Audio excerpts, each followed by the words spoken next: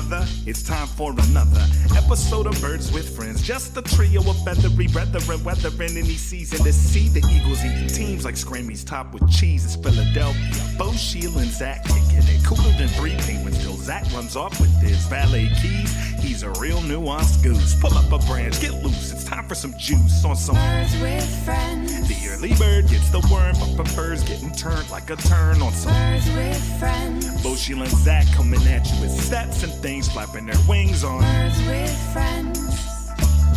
All I know is Zach said he has a game where Sheil don't read both 7,000 words. And I said, I'm in. Let's go. Let's do it. And so the purpose of... That's what I needed was not to get at least one more reader. The presenting sponsor for today's episode of Birds with Friends is Visa, a network working for everyone. Hello, everybody, and welcome to Birds with Friends on a Tuesday evening.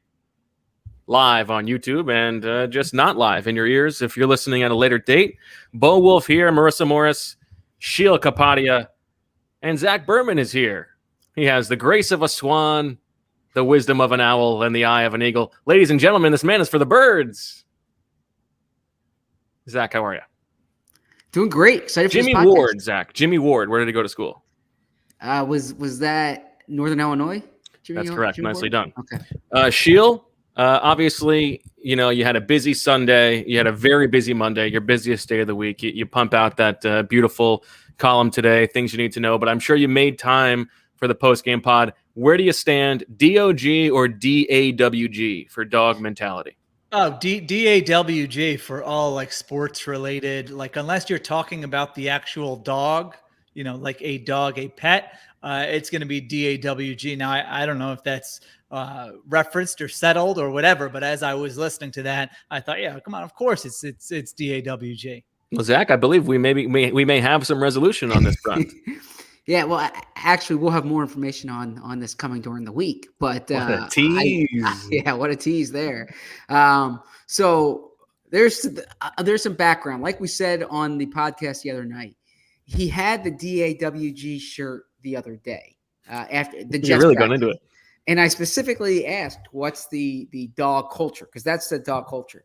So in his post-game press conference, when he said dog mentality, he compared it to a dog being let out of a cage. Therefore, the direct analogy I thought was like the actual dog. The Eagles initially used DOG, but since then they've changed it to DAWG.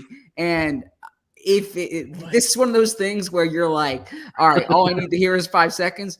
Well, if you ever want 1,000 words on it, just wait, okay? I was going to say, normally I need to cut Bo off in the first 60 seconds and get him on track. Today, Zach, I might have to do the same to you, I think. But of course, we have a lot to get to. I've got to unleash all my Eagles takes after listening to all of your guys' Eagles takes. I mean, we know Bo has booked his plane tickets to LA, right? SoFi Stadium. So that'll be nice in February for sure. So I want to react to what you guys were saying during the post-game pod. The numbers for the podcast, very strong. I think, you were right, Bo, about the season having some juice. Now, to be fair, the numbers were rising, and I was looking at them, the downloads, the listens, all that, the views compared to previous seasons. And, Bo, we were a little bit stale, but I feel like the Z-Berm Marissa combo injected some life. It's like when you have a long-standing show and you got to introduce new characters, right? So you got to keep things fresh, no doubt about it. You have to. So now I don't know what's going to happen in like 2 years. This might be stale. So then who knows? I might be out of here and you got to get someone else. But listen, that's a story for another time. But we appreciate everybody who is continuing to review, download, steal your kids' phones, steal your partners' phones. Again, it doesn't really matter if anybody listens. We just want those numbers. So keep those coming for sure. and of course, Instagram. We'll still keep pushing that. Even the links are hot and heavy at Sheil Kapadia. And Zach, what's yours? Z_Berman. I mean, Zach, listen, I'm I'm blatant about my, Instagram promotion. Zach, under the radar, has a solid Instagram game there. So make sure you check that out as well. He sure does. And of course, if you do not subscribe to The Athletic, I believe we still have a 50% off deal at theathletic.com/birdswithfriends for first-time subscribers. So I don't think that one's going to last forever, though. I think if you want that, you should, if you're thinking about signing up, now would be the time to go ahead and use that. All right. So we've got a lot to get to. We will unpack everything that happened on Sunday. We have the Squall 22 is the segment, but unfortunately, Game Pass has not cooperated. So it's hard to call it the Squall 22, but we will get to that. We'll have a little bird on the street for the latest we heard from the coordinators today, a couple moves from the Eagles. And we heard your pleas for more national Sheil. And so we are going to deliver that to you in the middle of today's episode. We're going to go a little bit around the league with Sheil Kapadia. First of all, Bo, I think when we did the national show, the national show did do very well when we went through every team. A lot of it's a great. That's one of the best episodes of the year, I feel like. But you said to get back to let us know if you want more national Sheil, and I believe the grand total was 2 people saying. I think we heard a few people. Yeah. Okay. Yeah. 3. Maybe a couple people on the side. I think Jeffrey had texted Zach about it. So good. Yeah. Okay. So before that is that who you're referring to? I mean, it could have been Dahmer. I mean, but that was who I had in mind. All right, let's get to. Alshon, so. That's true. It could have been Alshon. Why don't we get to the bird on the street first before we get to the game review, because there's not a ton of news. But Zach, what did we hear from the coordinators today? And maybe we take a little second to send it over to the Stone Cold Newsman.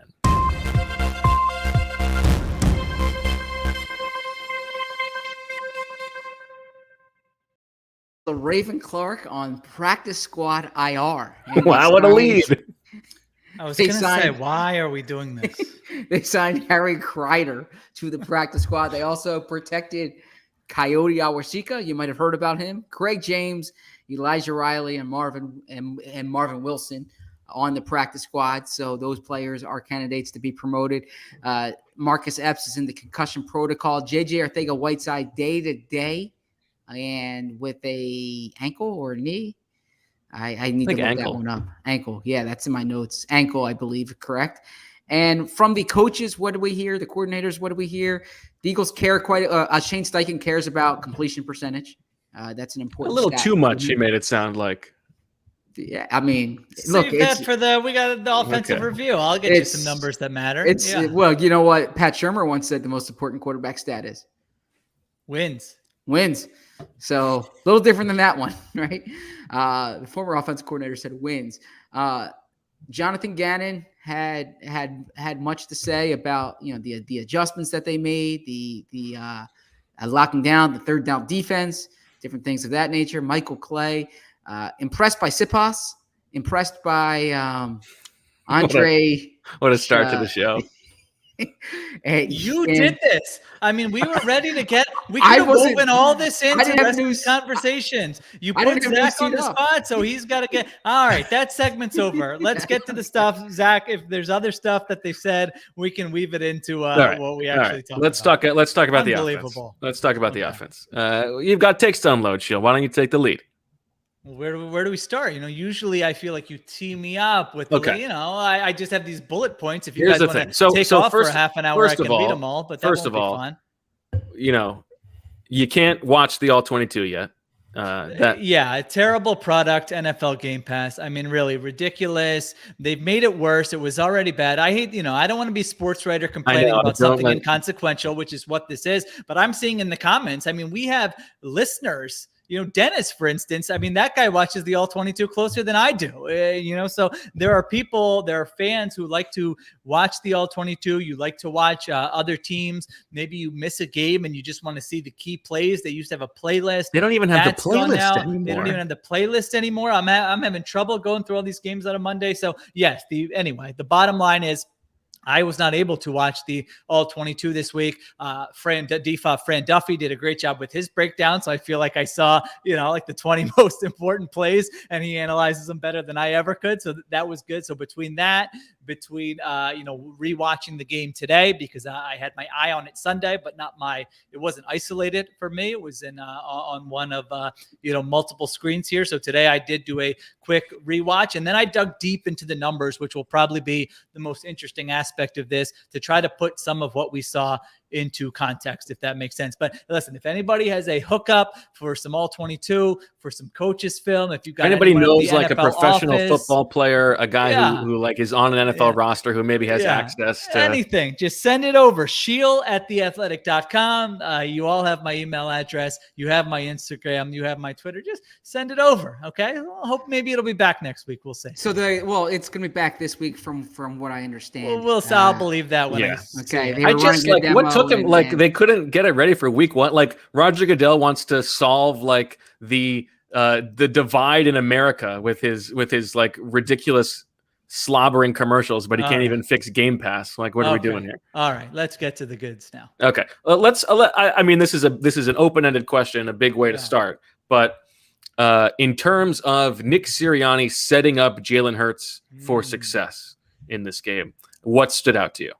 I think that's the story, really. I mean, I think that if you were going to ask me for my big theme, that probably would have been it. Anyway, I mean, in every aspect of this game, I thought I guess not every aspect, they had the penalties, but in terms of setting Hurts up for success, you saw like everything you wanted to see, I thought, in this game. And, their numbers, Bo, you wrote about it in the day after. Did you mention it on the post-game pod? I can't remember, but Jalen Hurts' average pass traveled 3.7 yards past the line of scrimmage. Now, listen, that's not, if you've listened to this podcast, that's not something I'm going to be saying, let's do that every week. That's awesome offense. No, I generally don't, I want to push the ball downfield for sure. But I thought in this situation, his first start of the season, new scheme, get him some of those layups. And when you have those plays, you still need to, it's not easy to just get the quarterback layups. Like, they still need to be executed. And I couldn't help but think of last year we had a discussion and was, hey, get Carson Wentz some easy throws. And I'm like, you can't get Carson Wentz easy throws. He misses the easy throws, not to pile on Carson Wentz,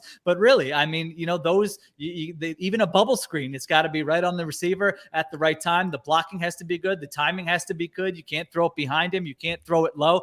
Those plays, those mistakes just screw everything up. And so I thought Hurts in that aspect was like on point. I mean, he's setting the receivers up. The scheme was good. You look at how well coached they are. I mean, again, I don't like I don't really care about wide receiver blocking most of the time. Like, if you're looking at a draft prospect, I mean, don't talk to me about that. I don't care. That's at the end of the list. But when you're talking about how well coached a team is, and when you're running RPOs on the first 3 plays of the game, and if you don't make those blocks, you don't get anything, then it does matter. And they were like, locked in. I mean, you could just tell those simple plays, those RPOs, those worked well because they were fundamentally sound. They were coached well, and the players were doing what they were supposed to do. So that was like a big thing that really stood out to me. Even stuff like Miles Sanders in his blitz pickup. They had the big completion to Devontae Smith where Miles Sanders picks up the blitzer, beautiful, knew what to do, took him out. Like, those are the types of things I was looking at saying, man, all the stuff they kind of harped on here, finding a role. You guys talked about finding a role for JJ Arcega-Whiteside. I was wondering last year, like, why can't this guy be a 4th wide receiver who plays special teams? And I remember it was like, well, he doesn't play special teams. Well, why doesn't he play special teams? Right. He actually has the skill set to be like the last wide receiver on your roster, a guy who plays special teams, gets out there, blocks. If you're in a pinch and need him to, play some snaps, he can do that situationally. Like, they did that in one offseason. They found a role for him. You're not happy with the pick still. He's not the guy that I thought he was going to be a much better NFL player, but at least he has a role. So those were the things that stood out to me. I was just really impressed with how they set Jalen Hurts up and kind of how fundamentally sound and smooth everything looked in terms of execution. It's funny you mentioned the wide receiver blocking thing, because somebody asked Steichen today about Devontae Smith's blocking. And I was like, what are we doing talking about Devontae Smith's blocking? And then I rewatched the game on the Game Pass, and I was like, oh man, look at Devontae Smith block. Like, Yeah. who cares? But like, he really was. It was I think nice. that was a reaction to Sirianni yesterday. Sirianni was talking about JJ. He got asked about JJ, and he was going on about JJ's blocking, and then he was saying and Devontae really did a good job blocking. Yeah, it was like, it really was interesting. Yeah, so I think it was probably a follow up to Sirianni's point. Yeah. Yeah. So Hurts's average pass, like I mentioned, traveled 3.7 yards past the line of scrimmage, lowest distance of any quarterback in the NFL. But he averaged 7.5 yards per attempt. So you were scheming up short throws. Like, completion percentage over expected was way high too, right? Yeah. So there are a couple numbers with that are pretty interesting here. Next gen stats, they have the chips in everybody's shoulder pads, and so one of the stats that's kind of taken off a little bit in the last couple of years, I would say, is completion percentage above expectation. And so what does that mean? They look at a bunch of factors on every pass. They look at separation for the receiver, distance of the throw, how pressured is the quarterback. And they say, all right, what's the likelihood of a completion on every pass? So I like to use this in two different ways. One of them is you can look at it and say, what kind of throws is this quarterback attempting, compared to the rest of the league? Are these high percentage throws or low percentage throws? And for that, Hurts ranked 8th. Again, this is week 1, small sample, all the caveats you want to throw out there, but he had the 8th highest expected completion percentage. So he was attempting a lot of makeable throws. And then at the same time, they look at, the expected completion percentage compared to what your actual completion percentage was. What was the difference? Are you taking a bunch of, high percentage throws, but really just crushing every one of them and also hitting the harder throws? And Jalen Hurts ranked 5th league wide in completion percentage over expectation. So you think of a throw like the throw to Goddard, right? On the touchdown, like that's not a high percentage throw. That's a quarterback get outside the pocket, make something happen. There's not a lot of room there. Again, Fran on the all 22, I think, did a great job where I think it was Deion Jones had his back to the line of scrimmage. And if you just kind of freeze frame it when Hurts is throwing it, like there's nothing there, but he just throws it to the side, gives him an opportunity. Goddard makes a great play. So really in both aspects, whether it was the layup throws, like I mentioned, he did a good job with those, or, whatever it was, a handful of throws that maybe were not that easy, he did a good job with those as well. Yeah, I think that's well said. And avoiding turnovers is such a big thing for him. We talked about on the postgame pod, this was his first game of only 5 starts in which he didn't have an interception or a fumble that was not, snap related. There was that one play in the third quarter when he was sacked, when it looked like that could have been, like, normally you would expect the quarterback to fumble that one, and he held on to that ball. I don't know if that was, some kind of emphasis or just sort of fluky, but otherwise, it seemed like he handled things well on that front. And I think that's probably to the same token as not taking that many shots downfield in this game. It seemed like that was what the Falcons were inviting him to do was, take those gimmies, and he was willing to do that. So you bring up a good point there, and Shane Steichen was talking about completion percentage as far as moving the chains, right? And so one thing I tried to look down is, how often did he actually move the chains? Hurts threw for 13 first downs, so 48% of his completions and 37% of his pass attempts. And if you compare that to last year during the season, through 32.5% of his completions were first down, 16.9% of his pass attempts. So clearly much better in terms of moving the chains this year compared to last year. The completion percentage doesn't help you if you're dumping off on 3rd and 12 and it doesn't do anything. Kirk Cousins, by the way. Well, we'll get to that in the national segment. But in this case, it's pretty clear that these were productive passes that were moving the chain. So the fact that he was passing for 4 first downs, they had sustained drives. That's a benefit to him. Zach, when's the last time you checked the real-time app, the real-time section of the Athletic app? About 2.5 hours ago. Okay. All right, good. So I can give you a little trivia question, and you haven't seen the answer yet. Of course, if you do subscribe to The Athletic, theathletic.com/birds with friends. Maybe you already saw this, so no spoilers there in the comment section. So these are arbitrary. What's the word, Bo? Is it arbitrary endpoints or qualifiers or whatever? Okay, so I acknowledge that this is not like a great stat, but sometimes I just like looking like, all right, how many quarterbacks have had a game like Jalen Hurts had? And so I looked up since the merger.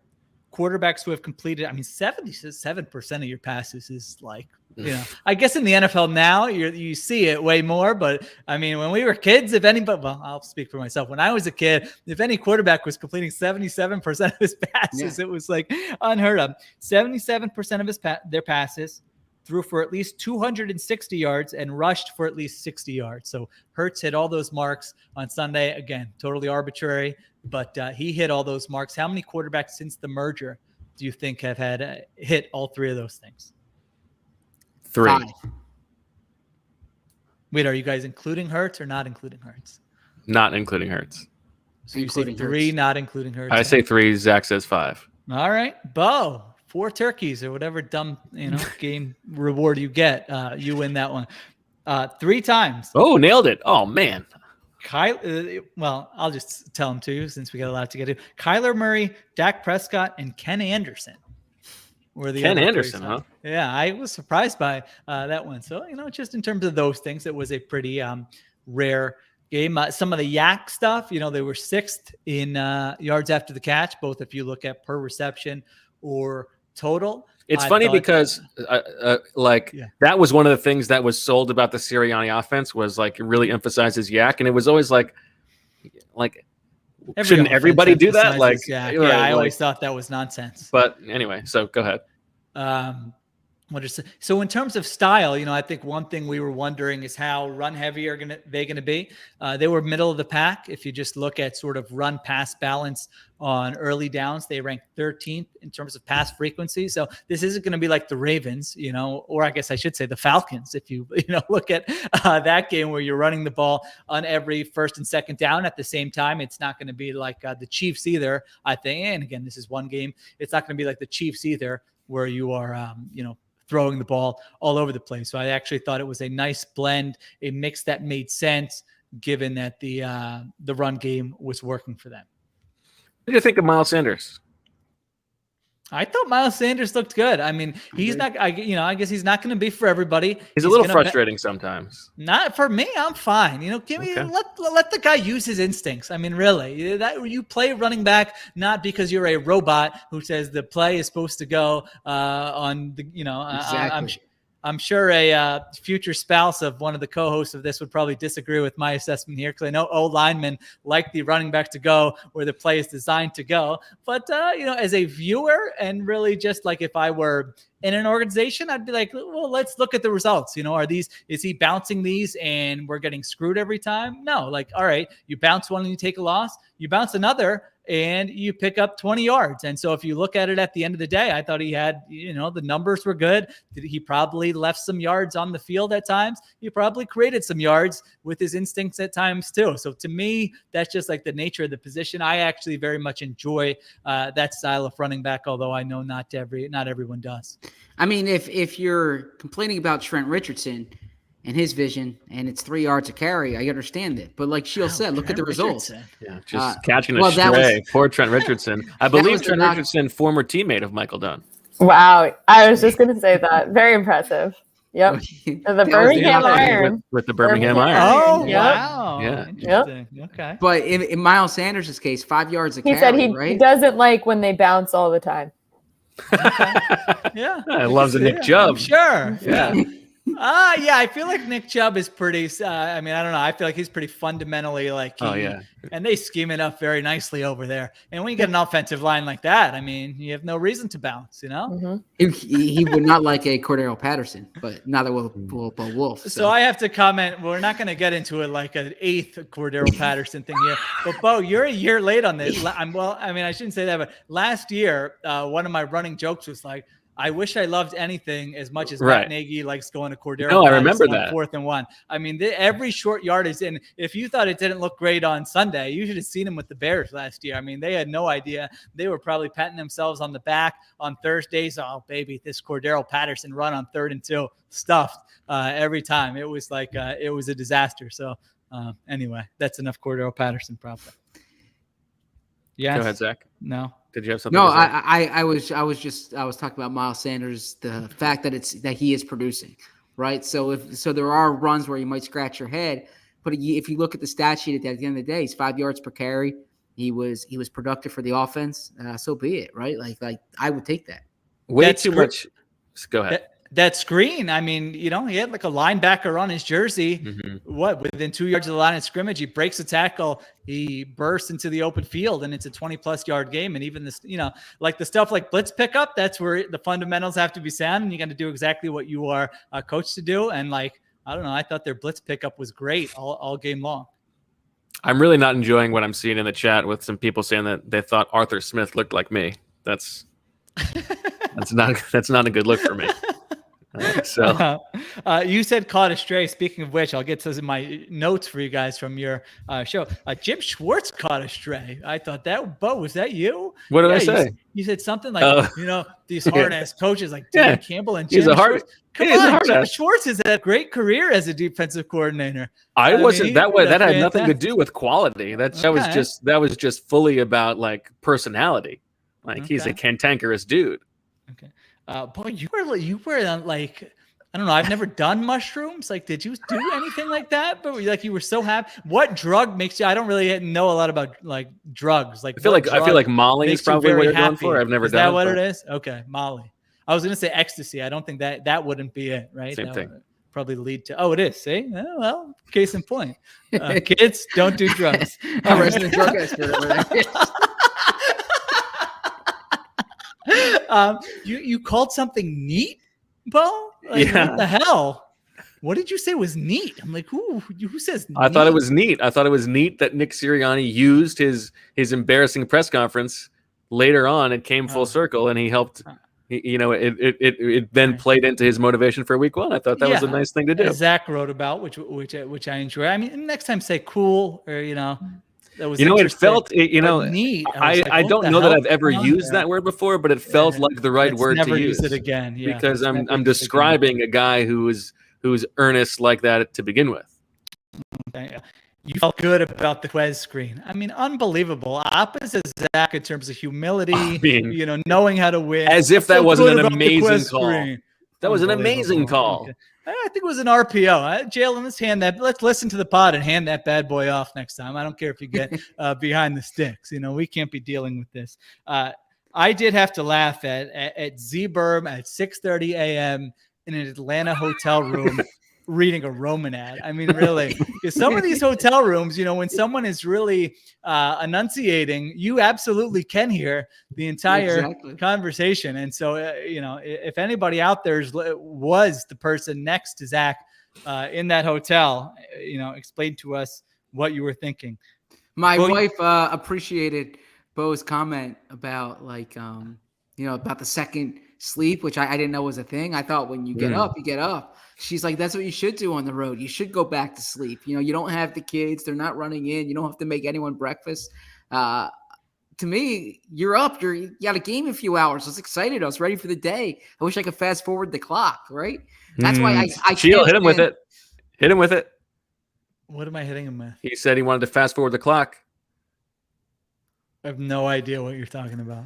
Don't wish away time. Don't wish away time. Well, no, that's why, I mean, if I'm already planning activities for the Monday night game in Dallas because when you have all that time to kill, I want to get to the I wish they kicked off at 9 a.m. So I would actually love a 9 a.m. kickoff. Yeah, that'd be nice. That would mean an early night, but. So we do have a lot of new listeners. I feel like we have to explain, sure. Some of the. So don't wish away time was. Bo, you might even remember the story more than I. I think I was, maybe my wife was pregnant, or we had just gotten married or something. And we're talking to this other couple, and like this guy just, he was already a dad, and he was trying to like give some advice. I mean, I don't know. The guy was probably like 27 at the time, and he like goes in this thing. He's like, my one piece of advice: don't wish away time. Like very dramatically. So it is a good fee. I guess it is a good. It's true. I do think about it, actually. I think about it all the time. I think about it sometimes. Yeah, I think about it sometimes. For sure. So that was funny. And the other one, I just had a virtual back to school night here. And this is one, I feel like this might have been a first season there, Bo, was that, you've got to make those sorts of things interesting for yourself and, the other parent. And so what I like to do, which I explained at the time, is when they're doing the introduction, they'll usually say, all right, we're getting, music teacher, art teacher are going to introduce themselves. So they'll be like, all right, our art teacher is, Miss Morris. And you just want to mutter to your wife kind of under your breath, give it up, give it up. And give it up, give like it that. up. And you do that for every time there's something that it requires some kind of acknowledgement or, cheer. You want to like, so I was still doing those comments, even though back to school night. Yeah, we're big about the inside jokes in the households on this podcast. Oh, you got to do that for sure. All right.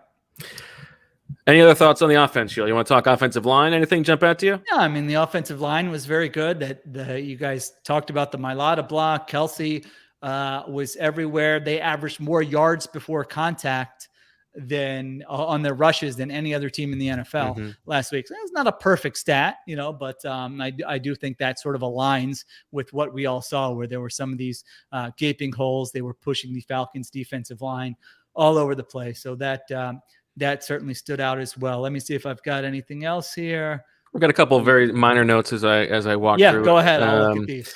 Some of this is silly. That unnecessary roughness call on Quez Watkins on the first play of the game was so ticky-tack, I thought. But that's neither here nor there. Yeah, I paid no attention to that. The Devontae touchdown, I don't know if we gave enough credit to, I love going for the score there. 3rd and 4 from the 18, a bog offense is trying to pick up the first down and then going to work after that. I love taking that shot. I thought that was I agree with that. That was a good call. I thought Greg Olson's insight on that play was also really good. That's where it helped having a former tight end, because he was very he explained he was exactly good, I thought. he explained exactly what Zach Ertz was doing on that, like Ertz made sure not to touch he was very careful. And he said they don't call it a pick play. Offensive players will not call it a pick play. It's a rub route, right? So so I like Greg Olson in that moment. Sorry to interrupt you. No, I don't know that I've ever seen the guy setting the pick be more blatant with it. I didn't do anything. He just ran there, turned around, and put his hands. I've never seen someone hold their hands up like that and not be guilty of what they're pretending not to be guilty of. Usually that's a sign of guilt. Yeah. The 4th and 4 where they didn't get it and Hurts bailed the pocket. I think I said on the podcast at first I thought that he could have stepped up there, and then rewatching it, the pocket sort of was too narrow for him to step up. I didn't really maybe it was just a bad call, but I didn't think there was much else he could do there. The 2-minute drive, the other thing that I liked about it, we talked about how impressive that was, and Fran has the full thread on what was impressive about that drive. The other thing that was sort of impressive about it was coming on the heels of that drive when it looked like things were going well and then everything went wrong. They had the penalty, then the 3-yard loss, then another penalty. And we have seen those things sort of snowball in the past, especially under, he who shall not be named, the former quarterback. So it was nice to see them bounce back from that. Well, I've got a note on that as well. And listen, I think we can name him. It's okay. I know. I don't want to make it about him too much. So I thought that one of the coaches was going to point this play out. Maybe they did, and I missed it. But this is like a very coach. I feel like coaches love this kind of thing. There was a 2nd and 1 during that 2-minute drill at the end of the half, and the Falcons blitzed and produced an unblocked defender, and Jalen Hurts just kind of got out of the way and then threw incomplete to Kenneth Gainwell. Like coaches love that. He didn't try to be Superman, live to see another down, 2nd and 1 right there. We're going to be in a good spot. I got to say, when I watched that play, the note I wrote down, I just thought of Carson Wentz in that exact spot, just trying to keep the play alive. Yeah. maybe does, maybe doesn't, but just like, not making that play. And I did think Hurts throughout the game was very decisive, even on his runs. Like he's a non-frenetic runner. He's not a spaz. He's very smooth. You know what I mean? I have a note on this too. Yeah. Okay. Go ahead. He's like, okay, I'm going to take off and run. and then he runs, he gets out of bounds. He slides. I mean, I think there will be times this year where he sticks his shoulder into somebody and, like when the time is right and tries to prove a point, but it's not like, running back and forth horizontally or even like I would actually say Lamar Jackson is a frenetic runner. Yes. Now he can do it and that's great, but there are different styles, it just like when Hurts takes off, you don't feel like, oh shoot, what is going on here? This could go in a number of different ways. It's just like, all right, pick up your 6 yards and move on. I thought that really stood out to me as well. It's like he is not a dynamic side to side athlete, right? He's not like juking you. He's not like like a Devin Singletary or like a LaShawn McCoy. It's like he's in like an 8-bit video game where he can only move like forward, horizontally, or exactly diagonal. And he's like very athletic and powerful when he does that. But the way he moves is interesting. Even on the touchdown to Goddard, it's like he steps up, then he steps to the side, right, and then he throws. And then like that, that first run of the game, that one they called, I think the 4th play of the game, he takes his angle diagonally and goes straight to the sideline. Like he's not like making guys miss. He knows exactly where he's going. And it's like he's only able to move in so many directions. That's a good point. You're right. I know intellectually that he is signaling for a block when he runs, but I do think there's like a 2% chance that he's doing that because it looks really cool in photos, right? Because every time he runs, there's a photo. I love this, the best take of the pod so far. There's a photo of him. Unbelievable. And then number 2, this is like this is a corny take, but that stadium might be the most photogenic. Like it is beautiful to watch a game there. Right. The telecast and the pictures from the game, something about the lighting. I don't know if is it a translucent ceiling or however it is, like the way the light hits there, it's beautiful. So it was like artistic watching that game. What's interesting is I hadn't thought about this, but in that stadium, like the light comes in, but only on the visiting sideline. And, I told you that I was sitting near like Falcons personnel, and one of them at one point was telling everybody else what the temperature was on that sideline. It's like, oh, it's 80 degrees on the sideline now. So it's like, that's a thing for them, is getting the opponent. Well, that's the same thing and that's the same thing for the Eagles, by the way, too. Right. Yeah. I mean, it makes sense. You put your opponent in the sun. Yeah. But, the Eagles are on that sideline because their sideline shaded and the other one's in the sun during a 1:00 game. Yeah. And then my last note, Sheil, is I thought you would appreciate the one snap of 21 personnel in this game was a loss of 3 yards. Well, yeah, you were, I did have some notes on the personnel because they played 11 personnel around 60% of the time, but that's still like around league average. There are teams that play it way more. Like they still were around league average in 12 personnel, and they played 8 snaps at 13 personnel. Mm-hmm. In this game, which was, which was up there. So it's not like they just they leaned into 11 personnel more than last year, but they didn't lean. You still can lean more into. Well, I think this was a reasonable use of the resources. Like, you do, I think it's a fine amount of 12 to play with Hurts and Goddard. It wasn't overstated. We can bump it down a little bit. Like I said, I'm happy with that. If I'm a D coordinator and you're was like an interesting little wrinkle that they were just showing. It was a 4-play stretch in a row, and then they got the Falcons to call a timeout. So look at this guy, Zach. He's incapable of even the most minor criticism of this team after that week. I've never seen anything. What happened in Atlanta? I mean, really, how long were you with him? Were there stretches where you guys didn't see each other and most of the trip? What might have happened to him? Okay, all right. So anything really could have happened down there. If you have a theory on what happened to Bo in Atlanta, let it be heard in the chat or hashtag BWF Sheil's butt. Or you can, of course, leave that as a review on Apple Podcasts. I would love to read those later in the week. All right. Any more thoughts on the offense? No, I think that was everything on the offense. All right. Well, we will take a little break to hear from last one. Oh, go ahead. I love a QB keeping it early, first possession. Just have the QB keep it on his own read. Put it in their minds. Now with Hurts, it's probably not as much of an issue because they know he's going to be a runner. But I feel like first possession, give me a deep shot and give me a QB run. Soften them up the rest of the game. Okay, go ahead. That's fair. All right, we'll take a little break to hear from our sponsors. And on the other side, we're going to have a little National Sheil segment. Zach and I are going to be hosting. We're going to do a little cosplay of welcoming in our guest, National Football writer Sheil Kapadia.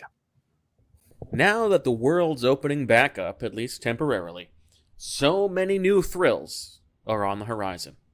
And whether you've been in a relationship for years, are just getting started, or are excited to get back out there and meet new people, well, when the moment comes, you want to be ready. Roman ready.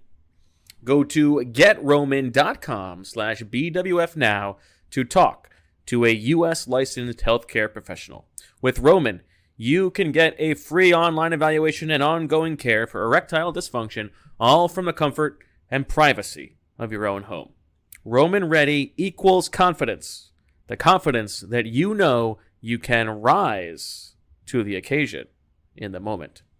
A U.S. licensed healthcare professional will work with you to find the best treatment plan. If Medicare is appropriate, it ships to you free with 2-day shipping. The whole process is straightforward, convenient, and discreet. Getting started is simple. Just go to getroman.com/BWF and complete an online visit. Take care of your ED without leaving home. Complete an online visit today to connect with a U.S. licensed healthcare professional and take care of it. Go to getroman.com/BWF. And if you're prescribed, get 50% off your first month of ED treatment. Make sure you're ready to have confidence and control this summer so you can be Roman ready. Today, many small business owners are busier than ever. Time spent searching for and interviewing candidates can take time away from managing and growing a business. That's why LinkedIn Jobs has made it easier to get to the candidates worth interviewing faster, and it's free. LinkedIn helps you create a free job post in minutes on LinkedIn Jobs to reach your network and beyond to the world's largest professional network of over 770 million people. That's almost as many people that listen to Birds with Friends. Focused on candidates with the skills and experience you need. Use screening questions to get your role in front of only the most qualified people. Then use the simple tools on LinkedIn Jobs to quickly filter and prioritize who you'd like to interview and hire. LinkedIn Jobs helps you find the candidates worth interviewing faster. Did you know every week nearly 40 million job seekers visit LinkedIn? Post your job for free at linkedin.com/BWF. That's linkedin.com/BWF to post your job for free. Terms and conditions apply. All right, let's get into it. Oh. Yeah. You're listening to ZB and the Wolf on WBWF Sports Radio 6969, where it's not about the calls, it's about the...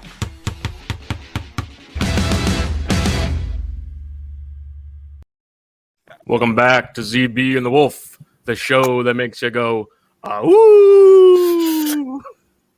Apologies again to those of you who heard some of the foul language during our last hour with our guest, Buzz Bissinger. But now we can turn our attention to the National Football League. We're going to be talking everything that happened in week one with one of the sharpest guys out there who covers the league in just a minute.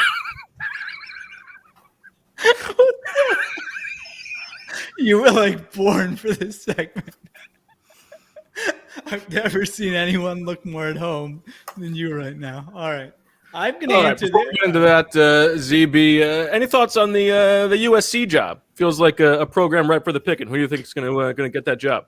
Hey, Wolfman, I always thought that USC was a sleeping giant, like that person who lives down the street from me. That was a bad joke. Jeez. Fee, fi, fo, fum, you know what I mean? No, so you know who they need to hire? Sorry, I was actually going to answer that. I know you were a Chip guy. So, hey, let's get right to our guest All here. Right. Yeah. Well, you know him, you love him. He covers the NFL. Used to cover the Eagles for The Athletic. You can follow him on Twitter at Sheil Kapadia. Sheil, a busy week one for you, I know. And I'm sure you enjoyed that game last night. First of all, how you doing? You didn't have sleep. It's football season, Wolfman. So sleep is secondary. You know how it goes with this job. You eat, sleep, love football. So I don't have time for sleep right now. It is time to watch some slobber knocker. I'm trying to think of a football term. All right, am I supposed to be like I am on a regular radio show? You're supposed to just be yourself. Okay. You're on with the bozos. True, sometimes you are on. All right, let's try that again. Go ahead. Okay. You get some sleep? I got some sleep, Wolfman. I'm doing well. Thanks for having me on.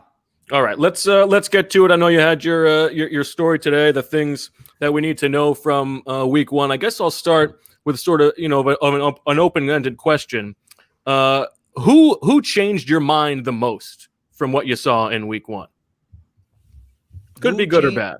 Who changed my mind the most? Well, how about the let's go with the Tennessee Titans. I thought you look at the Tennessee Titans, I thought this was a team that could certainly win that division and maybe with a high ceiling, but they come out and lay an absolute egg against the Arizona Cardinals. I mean, they were the worst offense in the NFL this week. That performance statistically against the Cardinals was worse than any performance they had in the previous 3 seasons. So if you're looking at an offensive coordinator change there with Arthur Smith leaving and Todd Downing taking over, and you're saying no big deal, we're going to pick up where we left off. Well, that didn't happen. And now all of a sudden, I think you have to have big questions about that team here going forward.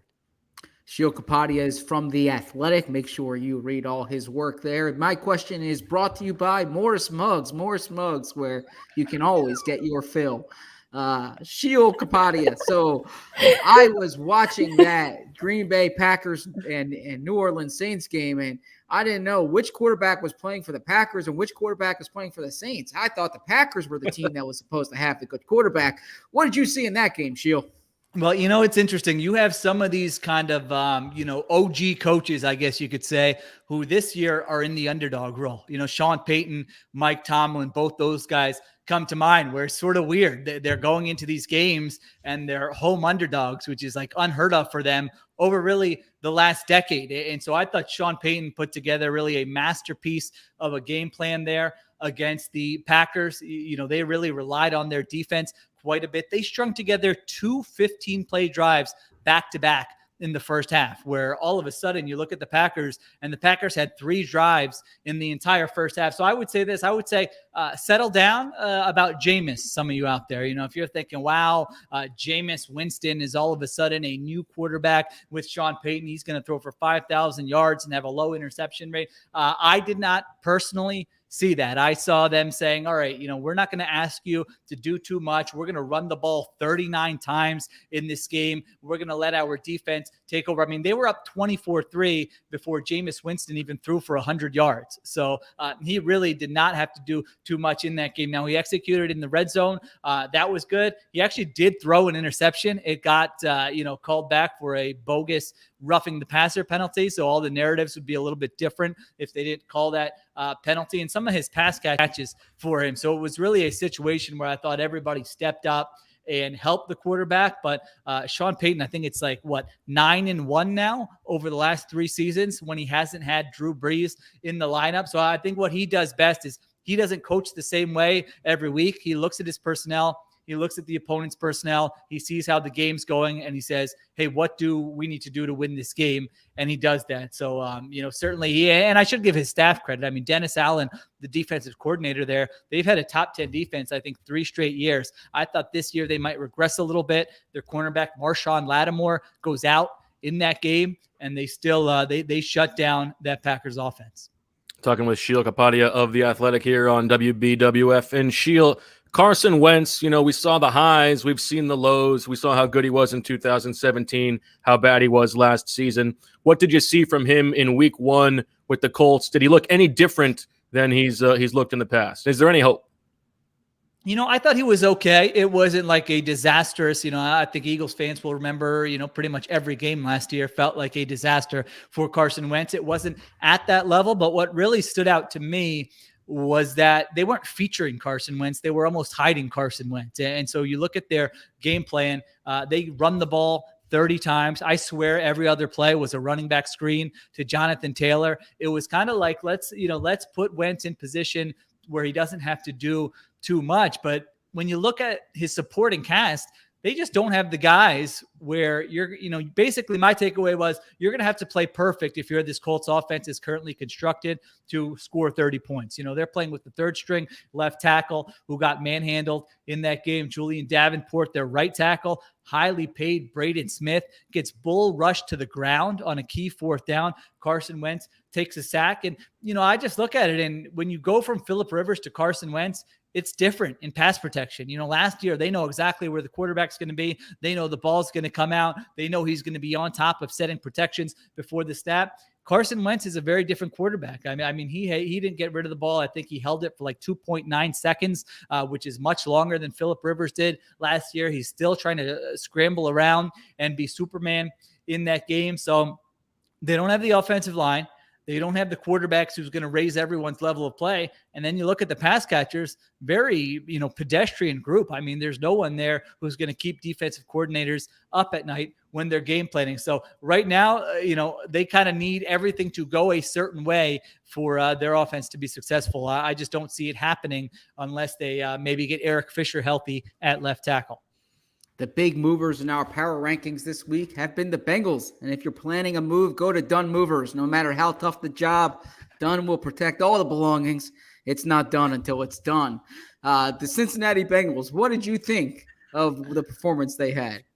It was a bizarre performance for the Cincinnati Bengals. They were one of the most run-heavy teams in the league in week one. And I'm looking at it going, wait a minute, did they forget Joe Burrow is now their quarterback? Now, I know he's coming off of injury. I know you're trying to protect him because you don't know about the offensive line, but just their approach, incredibly conservative early in that game. And then, it was weird. In the second half, they're up 21-7. They have a 4th and 1 from their own 30. Now, normally I like coaches who are aggressive. Absolutely. But it was just a strange spot for them to be aggressive and go for it. They don't get it. All of a sudden, the Vikings score, and it's a 24-14 game when it doesn't really need to be. Then they have a 3rd and 4 late in the fourth quarter. They take the ball out of Joe Burrow's hands, and they run with Joe Mixon on 3rd and 4. All of a sudden, he gets stuffed there, and the Vikings drive, and they score for the game-winning field goal. So listen, the last play of the game there, fantastic. They run that little leak concept where the tight end pretends he's blocking,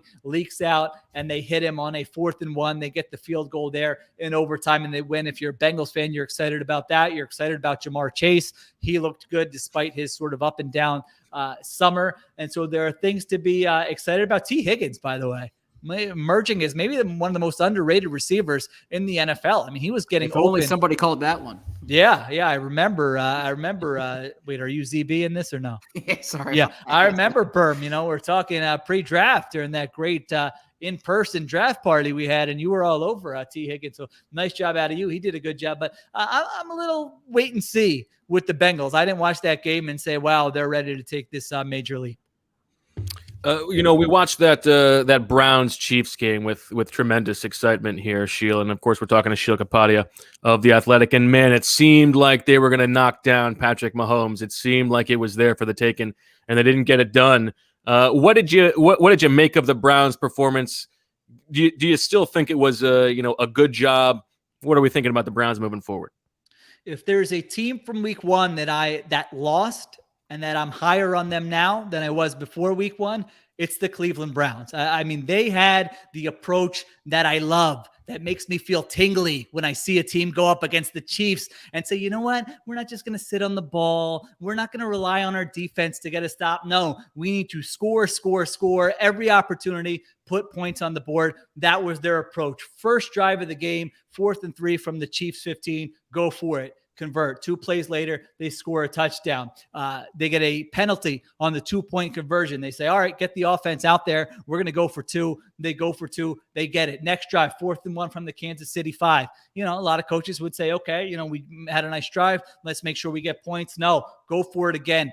Jarvis Landry scores there. And so they had the approach. I don't know if you guys, might remember the article I wrote about the Baltimore Ravens a couple of years ago, where they went into Kansas City, I think it was week 2 or 3. And John Harbaugh did not have faith in his defense at that point. And he had the exact same approach. He said, you know what? We just have to score. This is not a field position game. This is a, keep the ball and maximize every scoring opportunity. And that's what the Browns did. They scored touchdowns on their first 3 possessions. That's an offense that can keep pace with the Chiefs. Now, listen, they lost the game. You're probably looking at me saying, what are you talking about? They blew a second half lead. They lost 33-29. The Chiefs are the team to beat. We all know that. They're the favorites. It's not easy. There are going to be games where Patrick Mahomes is going to roll to his left and throw for a 75-yard touchdown where you say, wait a minute, what just happened here? That's going to happen. However, you need to give yourselves opportunities. And if you're the Browns, you lost by 4 points on the road in a game where Nick Chubb fumbled, where your punter fumbled and set them up for a touchdown there. And you had the ball with, 2 minutes left, with a chance to end the game, score a touchdown, and not let Mahomes get back on the field. I guarantee you ask any coach in the NFL, hey, when you play the Chiefs on the road, you're going to have the ball with 2 minutes left, a chance to score a touchdown and win the game. We can do that right now. Fast forward to that point. Every coach would say, all right, let's do it. I will sign up for that. So I love their approach. I think their defense is going to get better as the season goes on. They have a lot of new pieces there. Odell Beckham Jr. did not play in this game. I mean, they were going up and down the field on the Chiefs in the first half. I thought Baker Mayfield played really, really well in that game, that last interception where he gets hit, notwithstanding. So I loved what I saw from the Browns. I was taking, and that's not just to appease your producer there, who I know is a big Browns fan. I was taking the train into work and I saw some nerd over there reading a book. That person must believe in analytics. He must look. But the book was called Underdogs, and I was thinking, my goodness, the Pittsburgh Steelers were underdogs. I had the Buffalo Bills as my stone cold lock. So tell me, why was Mike Tomlin winning as an underdog? I mean, break the fourth wall, but how have we not been doing this segment for 5 years? Unbelievable. You were also made for this. Mike Tomlin as an underdog is frightening. And I think I was on with you guys before the season, and I said, I'm not bullish on this Steelers team. I think they're going to take a step back. I think they're going to be 7-10. But you know what? I offered that take, and then I was a little scared. I said in my head, oh, Sheil, I don't know if you're doing the right thing here. Do you really want to go against Mike Tomlin? This man managed to go 8-8 with Mason freaking Rudolph and Duck freaking Hodges. And so this was another reminder. Like I think when Mike Tomlin retires, maybe it'll be like 35 years from now, this is precisely the type of game I will think of. It was ugly. They weren't supposed to win. The offense looked like absolute trash in the first half. I mean, I'm writing in my notes, Roethlisberger's cooked. This offense is garbanzo beans. They've got nothing. That's what I'm writing down in the first half, but they just stick around. And their defense, they signed these guys like Melvin Ingram, right? No one wanted Melvin Ingram.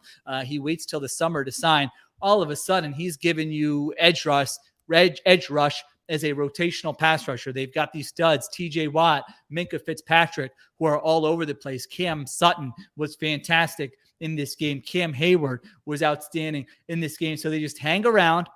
Their defense makes some plays. They get a special teams touchdown in this game. And then all of a sudden, Roethlisberger decides, my skill position players are pretty good. I'll just throw the ball up. And I've advocated for this type of offense all the time with you guys. Take shots downfield, draw some flags. It's really an underused weapon that teams should do more. Chase Claypool makes some plays. They draw some flags on Levi Wallace, the Bills corner, and all of a sudden they exit Buffalo with a victory there. So this little nugget. I know I know Zebra, you were just making fun of the nerds who like the analytics and the numbers, but I know you'd like to place a wager or two as well. So this is one to put there in your back pocket or your fanny pack or whatever you're carrying nowadays. Mike Tomlin has been an underdog 58 times in the regular season.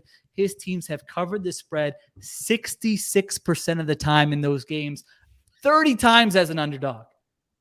They've won outright. They're above 500 as an underdog. So I don't like this. I'm not going to change my entire opinion of the Steelers. I still think they're not going to be a great team. I still have big concerns about that offense. But if they're an underdog this year, I would go ahead and wonder if they're gonna cover and make it competitive. Sheil Kapadia from The Athletic, very generous with your time. We've got time for a couple more, if that's very all right generous, with you. I would say. Boy, you guys were me out here. Extremely generous. Good thing this is a sponsored segment, I will say. That's right. I'll give you a quick one. Settle a bet here that ZB and I have been having. Urban Meyer, this guy comes in from college.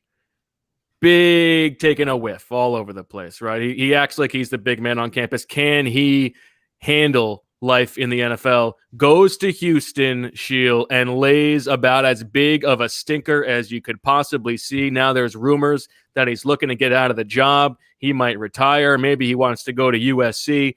Do you think Urban Meyer lasts the season in Jacksonville? It's not crazy to say he won't. I mean, look at what a disaster this freaking thing has been by really the worst franchise in the NFL over the last decade with Urban Meyer. I mean, you hire a strength coach who, racist comments, who gets let go by Iowa. You think it's going to be no big deal. All of a sudden you have to, you got egg on your face.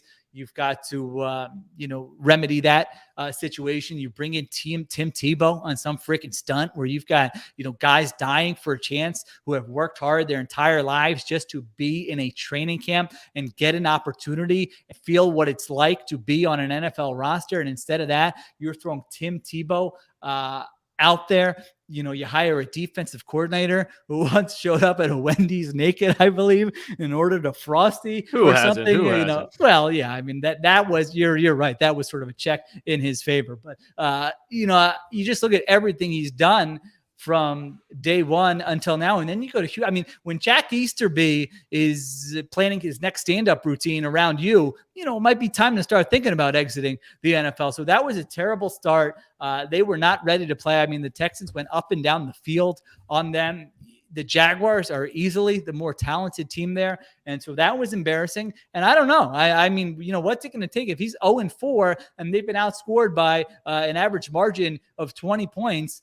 Is he going to start thinking about what he wants to do next? So, I was not high on that hire when it happened. I thought that was a situation where you just say, hey, don't screw it up. Let's go with something safe here. We're getting the number 1 overall pick. They didn't do that. They thought they could swing for a home run with Urban Meyer. The owner's calling Trevor Lawrence, Michael Jordan, before he even plays the game, and everything about that franchise I have questions about. So I'll be honest. No, it would not shock me if November 12th, all of a sudden I look at my phone alert. Urban Meyer has decided to step down.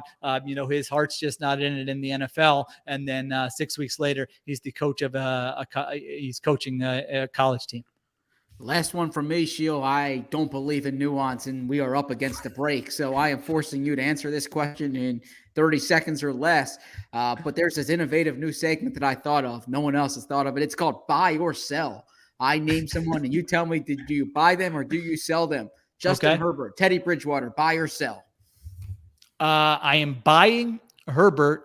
No doubt about it. I got in early on the Herbert stock, Zebra. I know you like you like getting in there on those stocks, and you like to play the market. I feel like that was my move with Herbert. Teddy Bridgewater, I might search under the couch cushions and see if I've got a little something. I don't know if I'm buying him long term, but Bridgewater was legitimately good in that game against the Giants. I mean, he was spraying the ball all over the field. Accuracy was great. He was making second reaction plays. He even got Vic Fangio, the most conservative coach in the NFL, to go for it on 3 4th downs. I mean, I don't know what's happening in the NFL if Vic Fangio is being aggressive on 4th down. So I thought that was a pretty exciting win for the Broncos, and I certainly want to see more of Teddy Bridgewater. I thought he played well in their opener.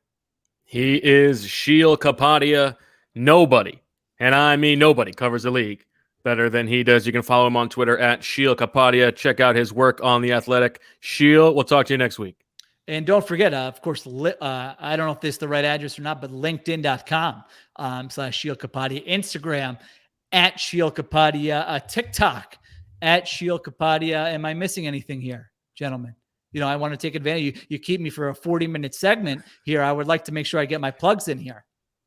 I think you got it all, my friend. You think I'm good? All right. Thanks for having me. Talk to you next week. All right. You are listening to ZB and the Wolf.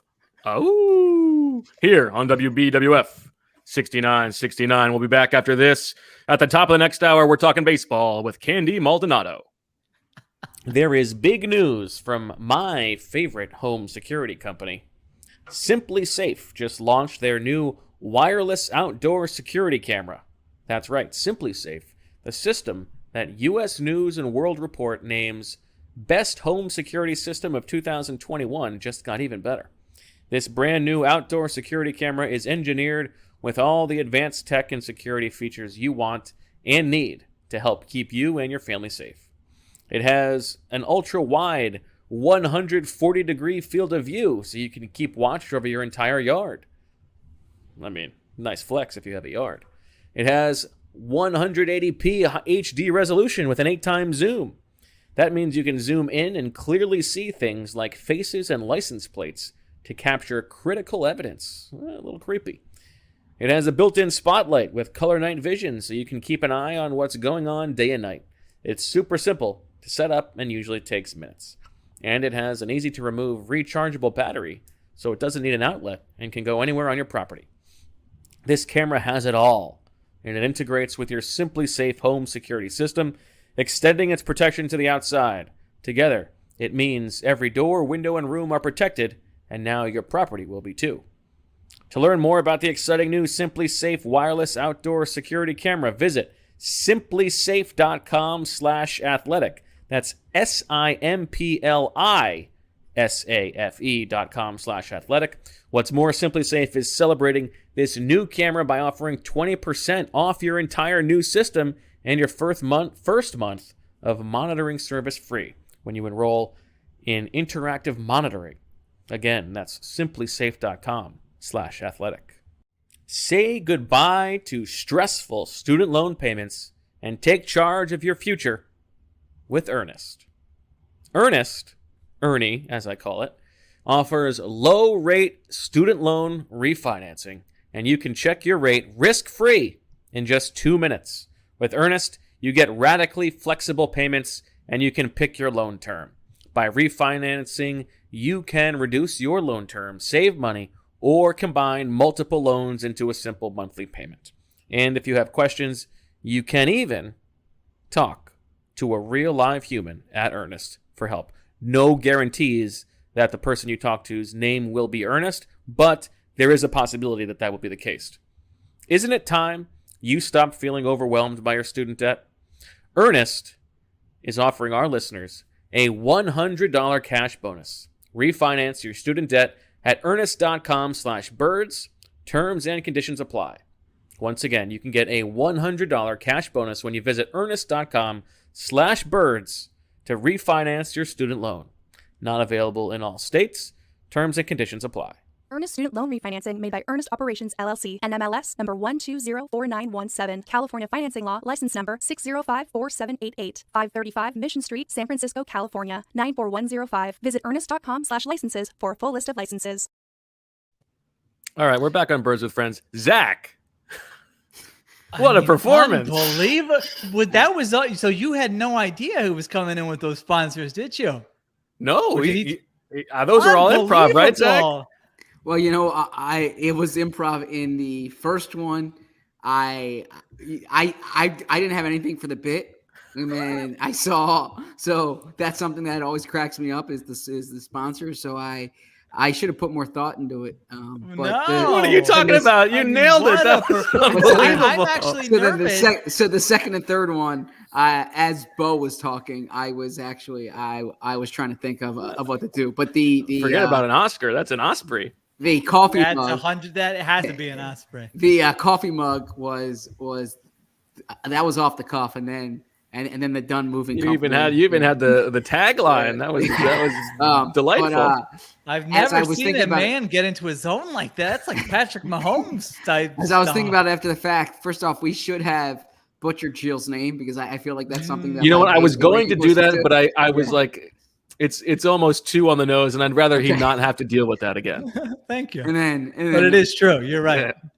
And then also just want to make abundantly clear, I was not at all doing anything that makes anyone think of 97.5 The Fanatic, the morning show, the John Kincaid show, because I'm on that on Monday mornings. I saw that. How about that? Yeah, so I definitely, I was doing a parody of other No, it's sports the whole, stations, it's the whole not thing. that one there. There's nobody Just specific. want to make sure, I don't want to mess any relationships that I've established up. Listen, that zebra performance was so good. I want everyone to just pause, go rate, review, grab somebody's phone, unsubscribe, subscribe. I mean, the YouTube channel, make sure you're subscribed, leave some comments, leave some thumbs up. Tweet at Zach that you love him. It's okay. I don't care about that. I'm the brand here. So do all those things because that was fantastic. I'm a little nervous. You guys are going to, like a program director in Phoenix is going to call and be like, guys, I saw that segment and that was outstanding. I'm giving you the morning show. And all of a sudden, literally WIP just hired the program director from Phoenix. So, oh really? Yeah. So I didn't see that. Program director. I mean, the one thing I will say is make sure you're keeping my hits on there, my man or woman or whoever it is. I would only have one demand for that job, and that would be that we're giving Marissa Morris full creative control. Mm-hmm. You're the brains behind the operation, bro. No. I would love to do that job for a period of time. It'd be like in on a morning show. Yeah, it'd be fun. I did the flex in Seattle for a 710 ESPN Seattle. I got to do it once a week. Because Brock Heward, who you probably hear calling, these college or NFL games, he would have to be gone once a week. So I filled in for him. It's unbelievable. So fun. You get up early. You're doing stuff before. Zach is itching. I would love what a dream for Zach. I would love to have my day end at 10 a.m. Right? You got the segments. You're firing off takes. I thought it was very fun actually. All right. We've gone a while now, so we don't have to go too long on the defense, obviously. But what did you think of the defense, Sheil? Anything that surprised you from Jonathan Gannon? What jumped out to you? Well, so this is one where it really does hurt not being able to watch brutal. All 22. But I thought the numbers were pretty interesting here. This is via True Media. Well, they do say that it is a numbers game. It's a numbers game. Via True Media and PFF. They played, against the Falcons passing game.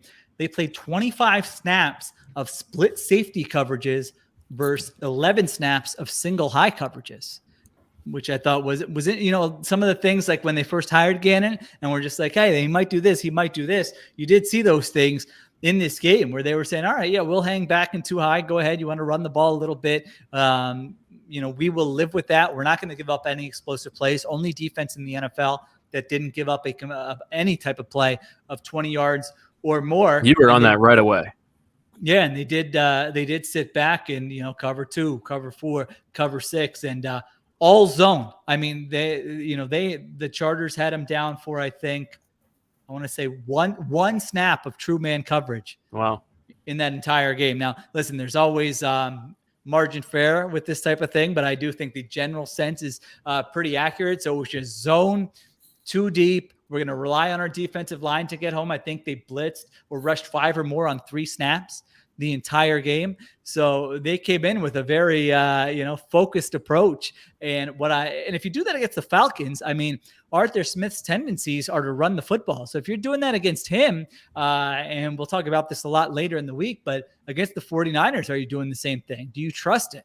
Do you trust the defensive line to be able to hold up and play with the light box and say, okay, we're going to be able to stop the run? Because, Kyle Shanahan, he loves to do that. He will have a whole game where the quarterback throws 7 times, as we saw in the playoffs a couple of years ago. So that's kind of a big storyline when you just sort of set this week up. But, how could you have a better performance than that to start your first game as a defensive play caller? You don't allow a touchdown, one of 2 teams to not allow a touchdown. You don't allow an explosive play, and you give up 6 points and your defensive line dominates.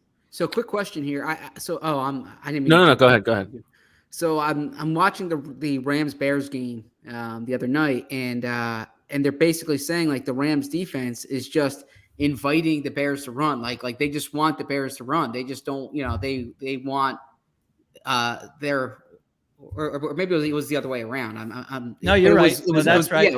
Yeah, it was basically like they'll give up Same the approach. yards on the ground. Is that the approach that the Eagles took? Like, exactly. We don't care if you run on us, just don't throw it over our heads. Yeah, it's like a new school. I think most of the defensive coordinators we've covered in our lives, they'd be like, you ask them a question like that, they'd be like, get out of here. I mean, Jim Schwartz, how many times on a Tuesday afternoon, first thing when even in the locker room, you would ask the players, Coach, Schwartz said first thing we need to do is stop the run against this team every single week. Well, there are new school defensive coordinators who are saying maybe that's not how we need to play. If we get gashed for 5.5 yards per carry and we don't give up, more than 2 explosive completions, we're probably going to be in pretty good shape at the end of the game. Can this offense put together a 8, 9, 10, 11, 12 play drive? Are they going to be good enough? And I think it's really interesting with the Eagles too, because of their defensive line.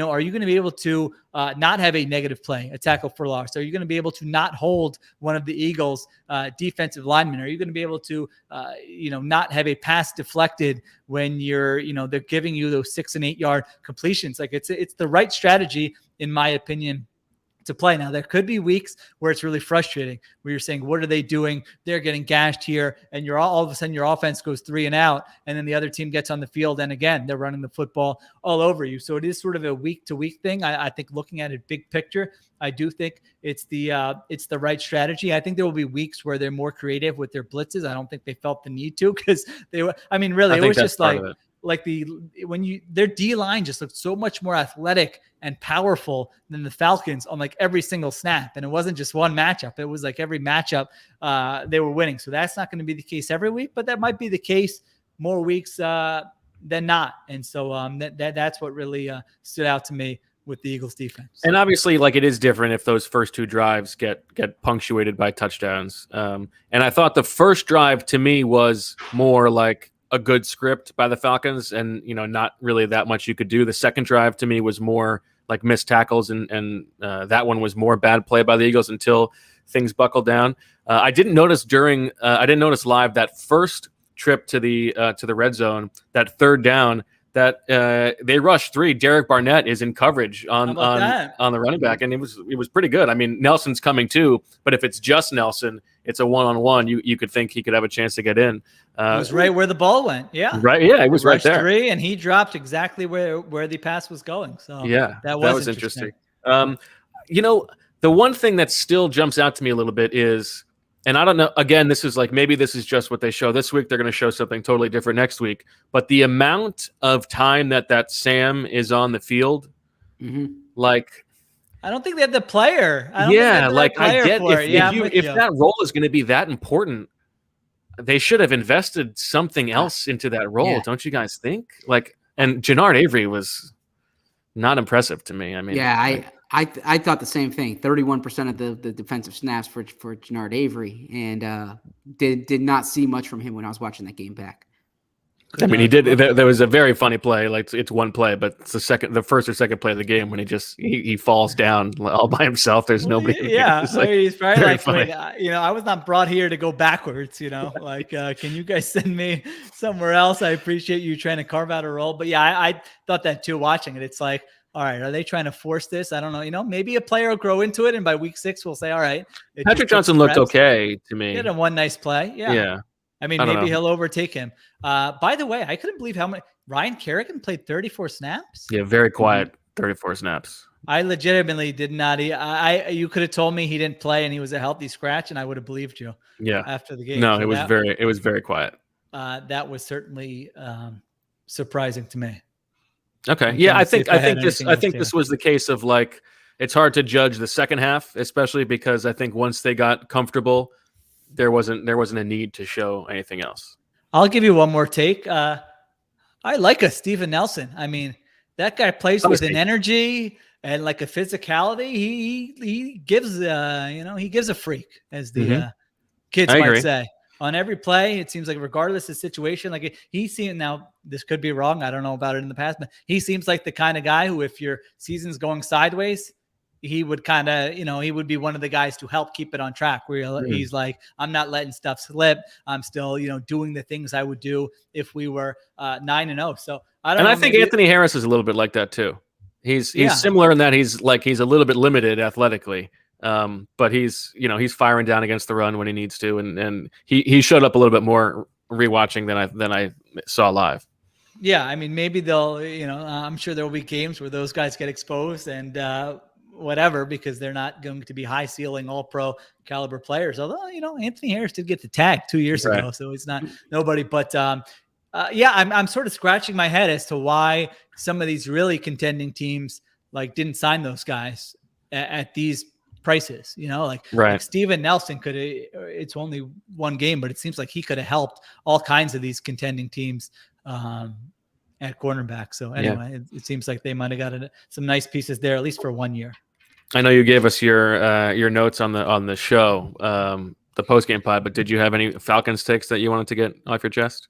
Well, I didn't get all my. You didn't get all your. Okay, well, now's the time. I mean, you said about Jordan again. This goes back to you. What was happening in Atlanta? You said about Jordan Mailata. He's just the man.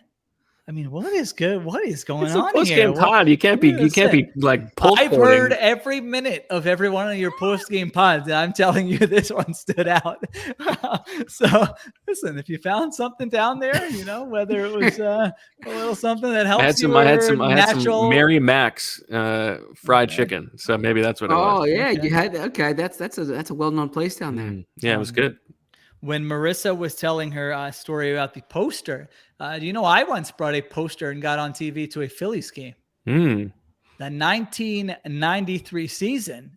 I don't know when we went, but I do remember. And I made I won't say I made my sister, but it was a situation wherever I asked my older sisters for help, they were just going to do it, whether it was a school project or something like this. And so I said, here's what I want the sign to say. Can you do it? And, my sisters are very good artists, which I am not. And so nails, the number 4, and then MVP. Nails for MVP, Lenny Dykstra, the 1993 Philadelphia Phillies. I think it was a Sunday afternoon game, and we got on TV there. And I believe Lenny Dykstra follows you, Zach. Am I right about that? Wait, really? I'm not aware of that. Oh, no. I thought I did. I didn't know when you just said I believe Lenny Dykstra. I'm like, all right. That could go anywhere. Yeah. I married into a family of Yankees fans. So, we've got a great picture of me and my Mike Schmidt jersey and my Phillies hat surrounded by the extended family and all Yankees gear. They love the Derek Jeter. I think there was some sadness, I believe, when Minka was no longer in the picture, but that was a while ago. I did really like her in Friday Night Lights. Oh, outstanding. Yeah. So did I. Yeah. Oh, boy. All right. Settle down. That was this radio personality. Get that Roman ad going. Jennifer Love feud in Topanga. Watch out. Who needs Roman when you got... All right. Wow. Clear eyes, full hearts. That's not the only thing that's full. Yeah. All right. Any other notes, Sheil? Now, there was some controversy with the swooper forecasting. I thought there were some loyal listeners. I believe Eagles blog mentioned that, it kind of the 4th sack, maybe Sheil should get credit for. I mean, you could make a case, but we're going by the book. Sorry. Intentional grounding. I mean, I couldn't believe when I saw Dennis tweet after that it's tied. I go, no, what are you talking about? I got 2 because I wasn't listening to the game and I was like, all right, every time I look up, they're sacking Matt Ryan. I don't know how many sacks they have. It's at least 4. But that did not happen. So listen, if you're a loyal listener and you think I should get credit for that 4th sack there, stop the steal. Hashtag ZBerm FNL. Also, if you were watching the post-game press conference and it looked like Nick Sirianni's hair was a little wet, there's a chance it might not have been sweat. There's a chance maybe they were pouring some water on him in the post-game locker room. So does that count? I forget what the exact stipulation was. I think if the video surfaces, maybe before the next game, I think Zach's just the making a fool out of you. Yeah, I'm just trying to find. He's just busting your balls. Okay. Yeah. I see. Okay, there was some locker room video that was on Twitter. Yeah, it was good. The Devontae Smith dance was very good. Yeah. So maybe. Okay. Anything else, Sheil? Okay. No. All right. So a bit of a programming update that we're saving for an hour and 25 minutes into the show, but we will not. Our normal time is still 3:30 in the afternoon on Thursdays, but this week, because of the holiday, we're going to save that for the evening. I guess we haven't decided the time yet. Decided Yeah, what we'll we're find gonna out. do. Keep I'm an eye sorry, on I'm screwing up the schedule here. No, but, It's not your fine. fault. we'll be Yeah, back I on said- schedule next week. Yeah. Got to fast and break the fast.